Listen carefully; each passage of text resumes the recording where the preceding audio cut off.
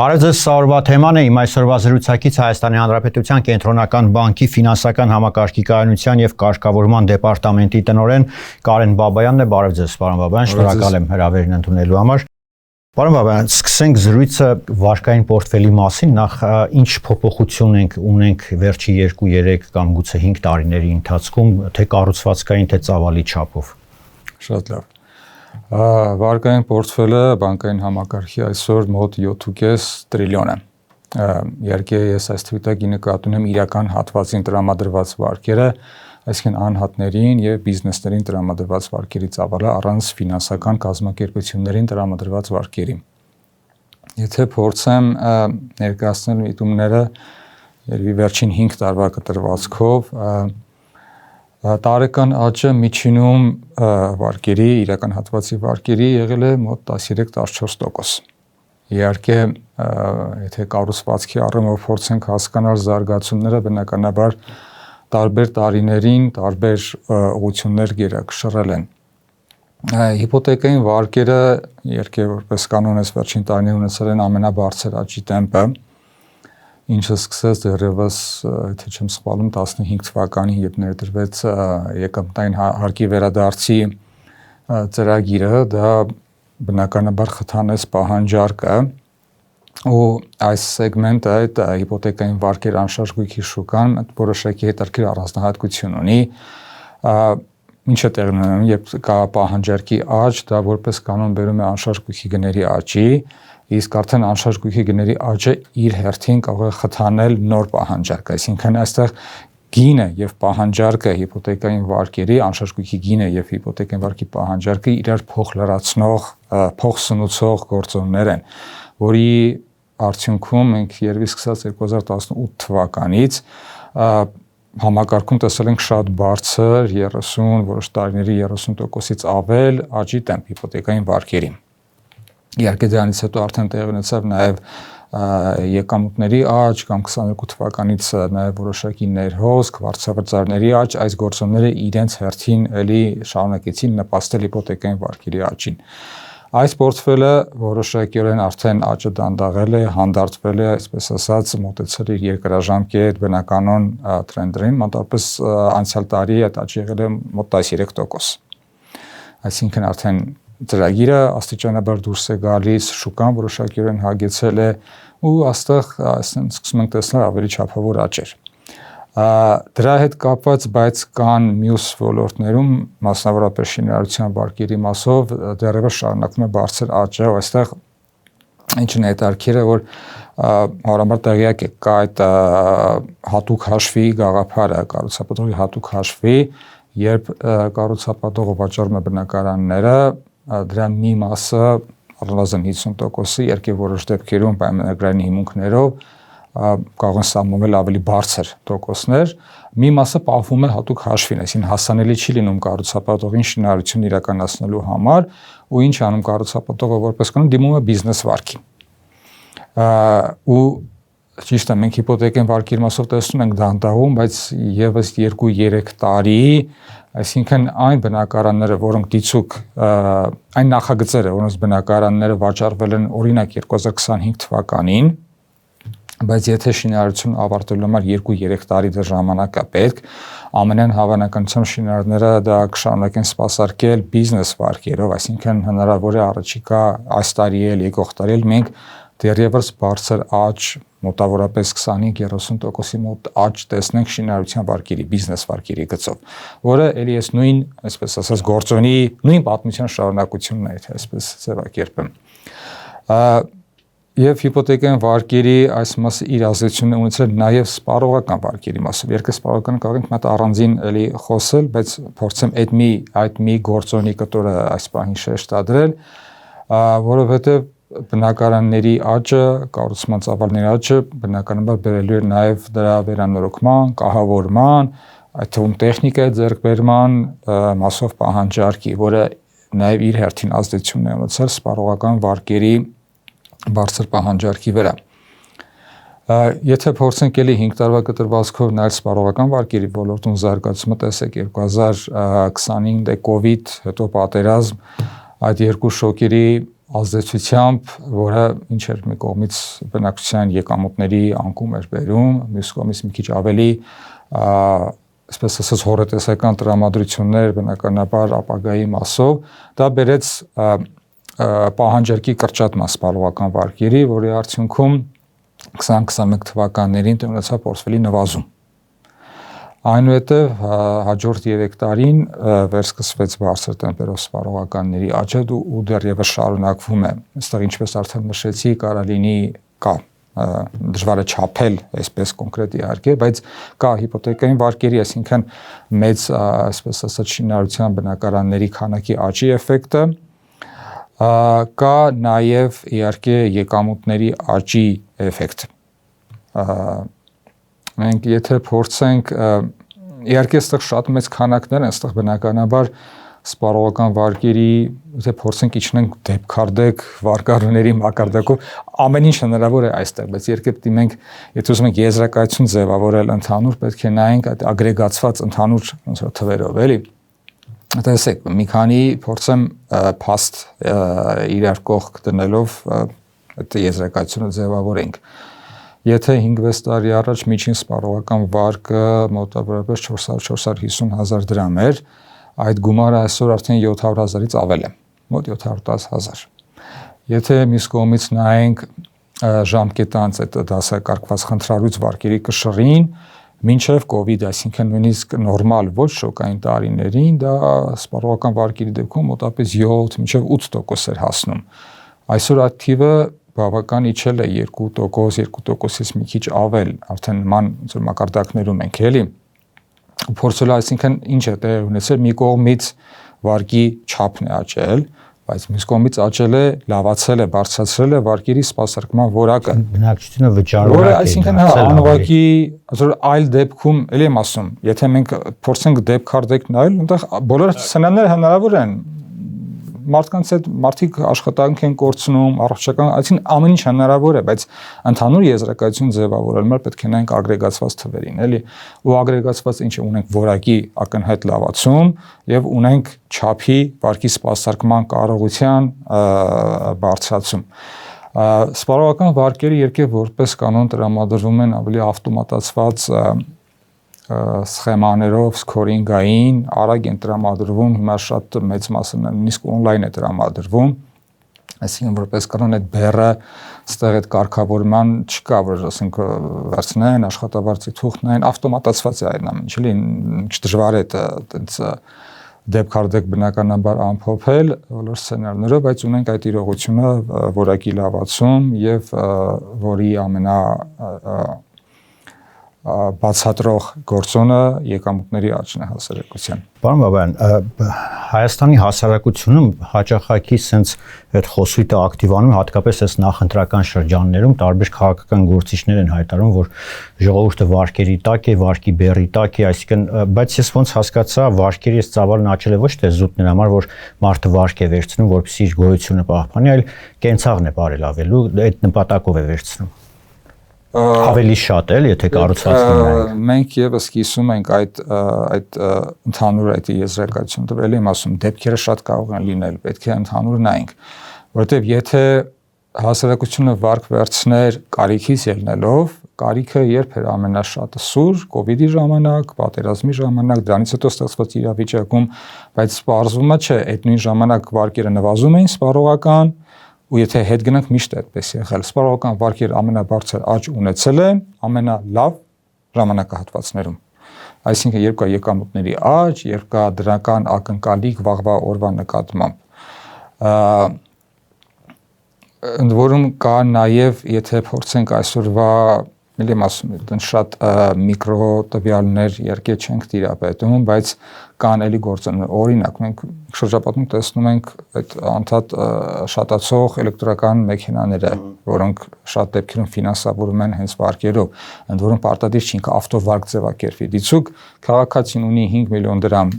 կուտակած միջոց, կարող է մնացած օրինակ 3 միլիոն, 5 միլիոն դրամը ասենք վարկային գծի տեսքով կամ on-line վարկի տեսքով այսօր շատ ծառայությունները հասանելի են դարձել թվային միջավայրում, կարող մնացած գումարը վերցնել, այդ ավտոմեքենան գնել, որը շատ դեպքում նույնիսկ ներդրումային օգտագործում են ներդրումային նպատակներով, ոչ միայն անձնական։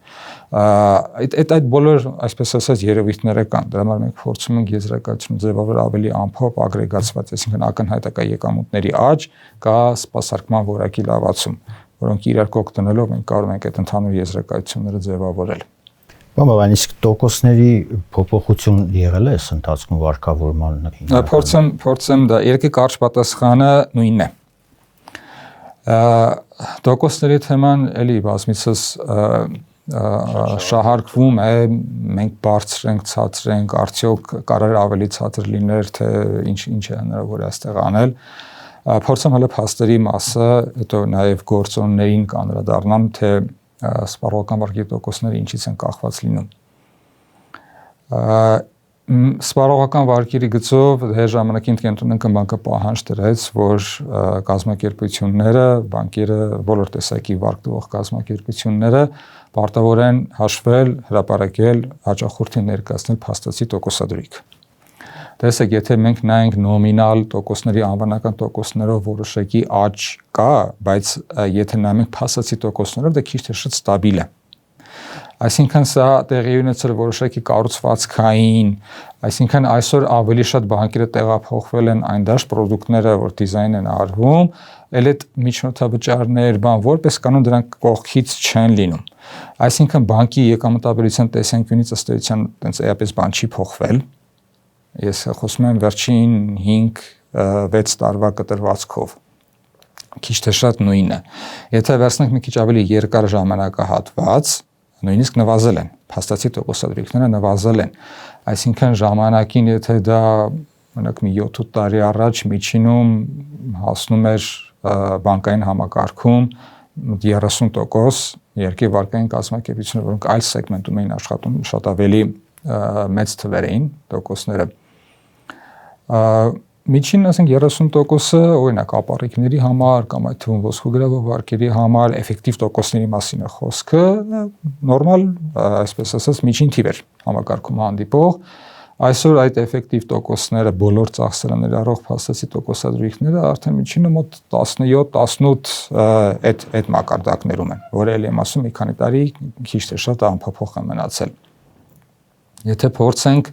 գործոնների տեսանկյունից նայել, մտածեք տեսեք տոկոսադրույքի վրա ինչն է ազդում, նախ եւ առաջ ֆինանսավորման ծախսը, այսինքն բանկը ներգրավում է ավանդները, դրա դիմաց կատարում է որոշակի տոկոսային ծախսեր, ու այդ ծախսը բնականաբար պետք է արտացոլվի վարկերի տոկոսների մեջ։ Կան վարչական ծախսեր, աշխատավարձ, IT ծախսեր, գրասենյակային ծախսեր, եւ կա այսպես կոչված վարկային ռիսկի կոմպոնենտը, որը եւս գնագոյացվում է, արտացոլվում է վարկերի տոկոսադրույքների մեջ։ Եթե փորձեմ շատ կոպիտ օրինակով բացատրել, եթե բանկը 100 հոգու վարկ է տրամադրում, այդ 100-ից մեկը վարկը չի վերադարձնում, ու մնացած 99 հոգին պետք է 1%-ով ավել վճարեն,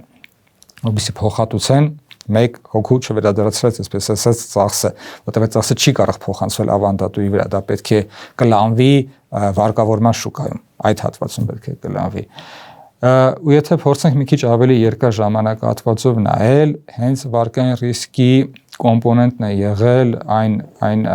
հիմնարար գործոնը, որի արդյունքում, որի շնորհիվ, այսպես ասած, այդ գործոնի ավելի լավ կառավարման արդյունքում տեղի ունեցել սպառողական վարկերի տոկոսի նվազում։ Իհարկե առհասարակ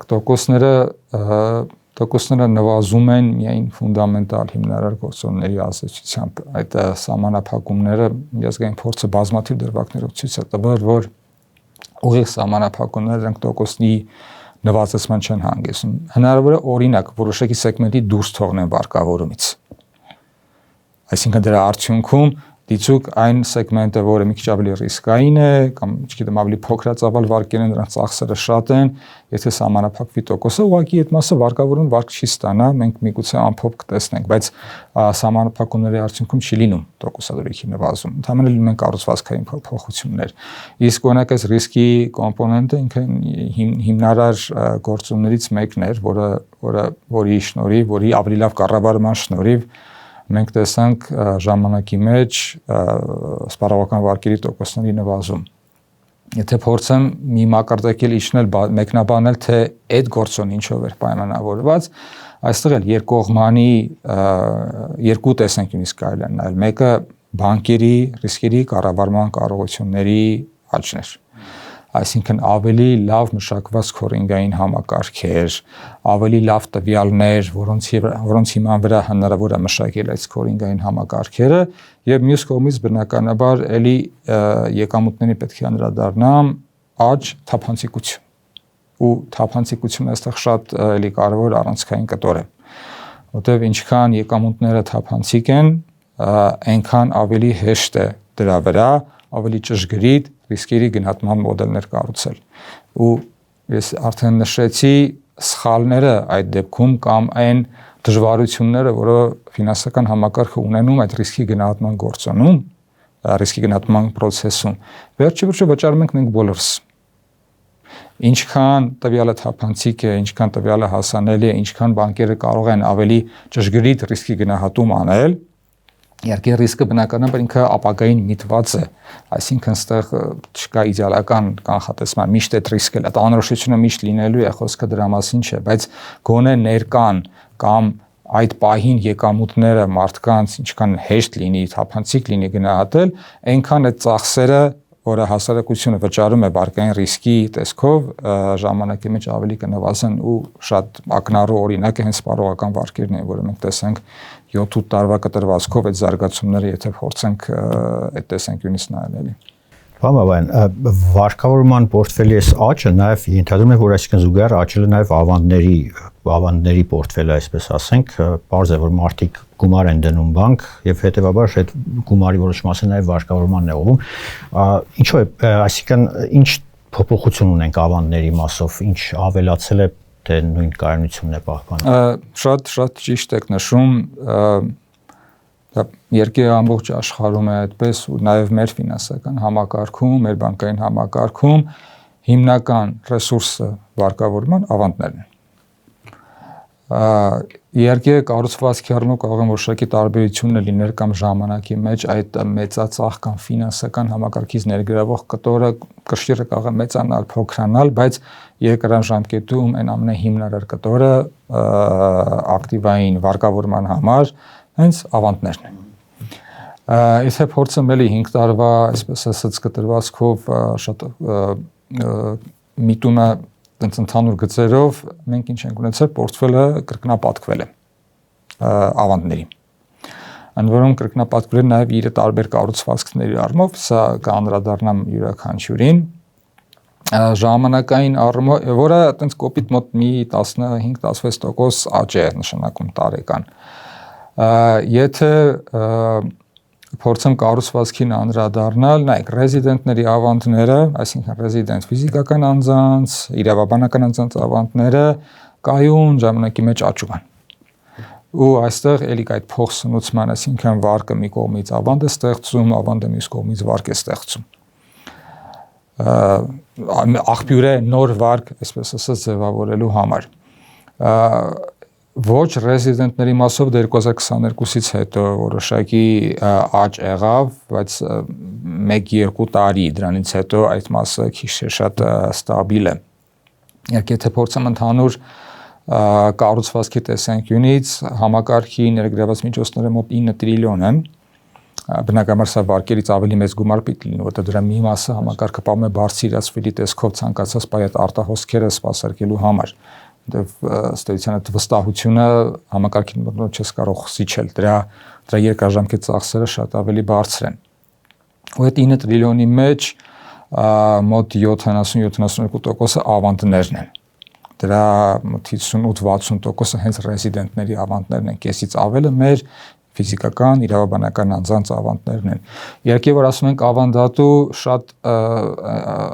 այստեղ էլ դեպքերը շատ են, էլի, այսինքն միայն այն ավանդատուն միայն այն մարդը չի, որ տարի ժամկետով գումար է դրել բանկում, 1 տարու 6 ամիս ինչ որ տոկոսով։ Չէ, եթե դուք աշխատավարձ եք ստանում բանկի միջոցով, դուք էլի ավանդատու եք,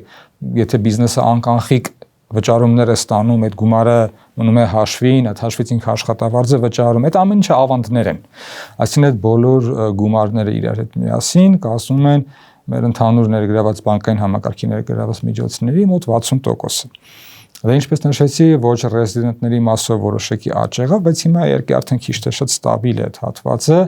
մոտապես 10-14% ոչ ռեզիդենտների կտորն են։ Մյուս երկու խոշոր բլոկը ֆինանսական կազմակերպություններից, այդ թվում մեկ միջազգային ֆինանսական կազմակերպություններից, EBRD-ին, որոնք զարգացման մանդատ, որոշակի զարգացման մանդատ ունեն։ Մի որոշակի մաս մինչև 20% կազմում են ներգրաված միջոցները տեղական եւ նաեւ դրսի ֆինանսական կազմակերպություններից, ու կա մի կտոր, որը էլի դինամիկ զարգացող է, թողարկված պարտատոմսերն են, մոտապես 6-7%, եթե չեմ սխալվում թիվը,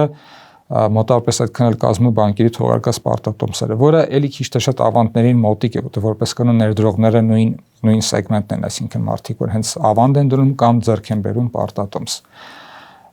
Եվ պարտատոմսերի եւ ավանդների կտորը ռեզիդենտների դա այն կարևորում է սպահին, իրենք դինամիկ աճում են եւ իհարկե վերջին տարիներին նաեւ շահույթների աճի հաշվին կապիտալն էլ է եղել նաև ֆինանսավորման, նոր վարկերի ֆինանսավորման կարևոր աղբյուր, բայց միևնույն է երկրաժամկետում մնում են ավանդները, որոնք այսպես ասած երկնիշ թվերով շարունակում են աճել եւ հնարավորություն ստեղծում են բանկերի համար շարունակել վարկային պահանջարկը բավարարել։ Պարոն Բաբայան, ոչ ռեզիդենտները ավանդատու ինչն է ձգում իրենց հայկական բանկային համակարգը նկատի ունեմ ավելի իրենց համար գրավիչ է, եթե հաշվի չառնենք այդ 22 թվի հայտնի իրադարձությունները Ռուսաստանից ներգաղթի։ Դեսեք, ստեղ էլի երևի պատմությունները տարբեր կանան լինեն, բայց եթե փորձեմ ընդհանուր, այսպես ասած, գիծը հանել այդ պատմությունից, 22-ին դա սկսվեց ներհոսք։ Բիզնեսները են տեղափոխվում Հայաստան, ֆիզիկական անձինք են տեղափոխվում Հայաստան, բնական իրենք տեղափոխվում են իրենց միջոցներով։ Բայց ժամանակի ընթացքում, որը էլի փորձեմ կարևորել բանկերի նոր ծառայություններ տալու, թվայնացման, կարողությունների մասով զարգացումները, մենք այսօր մի քիչ ավելի այդ ոչ ռեզիդենտների կտորը այսօր պարտադիր չէ այն լինեն այն մարդիկ, ովքեր ապրում կամ իրեն շահերի կենտրոնը Հայաստանում է, որտեղ կա նաև որոշակի այդ ծառայությունների արտահանման բաղադրիչ։ Այսօր մեր բանկերը հաջողությամբ կարողանում են, չգիտեմ, մասնակցել դրսի կապիտալի շուկայի, օրինակ մասով, այդ մասով շատ ընդլայնել են տրամադրվող ծառայությունները եւ դա հնարավորություն է տալիս նաև ծառայությունը արտահանել։ Այսինքն ստեղ արդեն խոսքը չի գնում են ավանդական գործիքների, վարկերի ավանդների մասին միայն։ Թեպետ սկզբում ոնց որ միայն դա էր, ավելի հաշիվների սպասարկում, աշխատավարձային ծրագրեր, բայց ժամանակը միշտ մենք տեսանք նաև մի քիչ որակական փոփոխություններ այդ ծառայությունների մեջ եւս։ Ու սա կարևոր է նաև այն առումով, որովհետեւ եթե տեսեք այդ հոսք եղավ ռելոկանտների,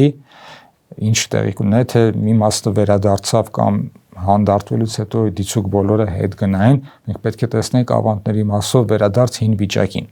բայց այդ հին վիճակի վրա չէ, կար այնտեղ ամեն դեպքում որոշակի մի կորիզ, որոշակի մի կայուն հատված, որը շարունակում է մնալ ու նախընտրում է սպասարկվել մեր բանկային համակարգում։ Ըստ էության այդ սեգմենտը ազատ են, կարող են ընտրել նաև այլ երկրներ։ Իրականում ընտրում են, այնտեղ մրցակցում են բանկերը, միջազգային, այսպես ասած, միայն տեղական շուկայում չէ, միջազգային շուկայում են մրցակցում, ու մենք այդ ծառայությունների արտահանման երևույթը բանկային համակարգում տեսնում ենք, ու որը եւս իր ազդեցություն ունեցել էր նաեւ իրեն շահութաբերության վրա, էական առումով բանկերի շահութաբերությունը պայմանավորված է հենց ծառայությունների արտահանման կտորով։ Պարոն Բաբայան, մենք նախընտրական շրջան ենք ապրում ու յուրաքանչյուր շրջանում միշտ կա ռիսկ ֆինանսական համակարգի հետ կապված, նաև վերջին շրջանում ես գիտեմ, որ կենտրոնական բանկը որոշակի խստացումներ մտցրել է, դրամական փոխանցումների, կանխիկի, Հայաստան ներմուծման այս առումով վերահսկում եք այս ռիսկերը այսօր այս շրջանում նախընտրական։ Իհարկե կենտրոնական բանկը, որը ինստիտուցիոնալ այդ անկախությունը միշտ ունեցել է, բարեբախտաբար երբեք կենտրոնական բանկը այդ պահի առաջնահերթությունները չի պլանավորել այլ գործոններով դրանք չեն ազդում կենտրոնական բանկի առաջնահերթ կենտրոնական բանկը առաջ է շարժվում իր օրակարգով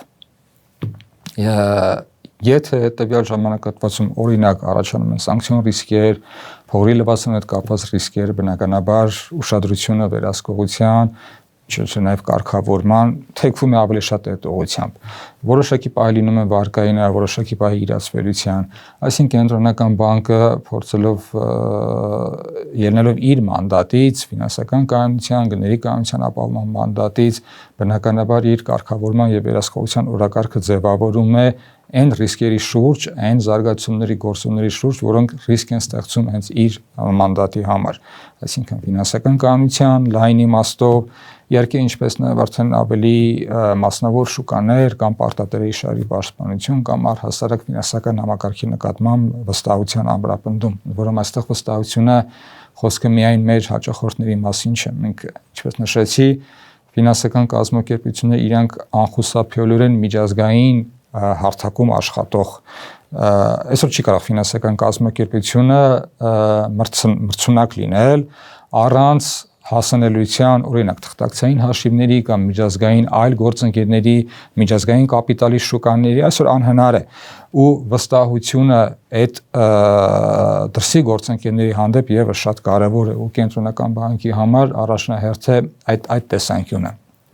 այսինքն անկարծ այդ ռիսկերը չստեղծեն ֆինանսական համակարգի համար հեղինակության կամ կորստի կամ նման առումով այնպիսի խնդիրներ, որոնք երկարաժամկետում շատ ավելի ծախսատար են լինում։ Եվ վերջին հարցը, պարոն Բաբայան, ռիսկերի հաջորդ ուղղությունը մեր տարածաշրջանը, մենք գիտենք, որ բավական բարդ տարածաշրջանում ենք ապրում, ընթանում է պատերազմ մեր հարևան երկրում,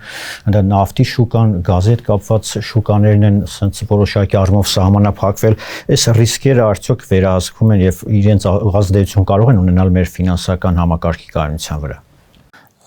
Տեսեք, կենտրոնական բանկը սովորաբար ինչ անում կենտրոնում է թե փորձեն ֆինանսական կայունության տեսանկյունից իրականում երկու եւ դրամավարկային եւ ֆինանսական կայունության ապահովման քաղաքականություն իրենք ռիսկերի այդ ռիսկ մենեջմենթի ռիսկերի կառավարման տրամաբանությունից են ելնում։ Մենք երբեք չենք կարող այսպես ասած հսկել ազդել այդ արտաքին գործոնների վրա։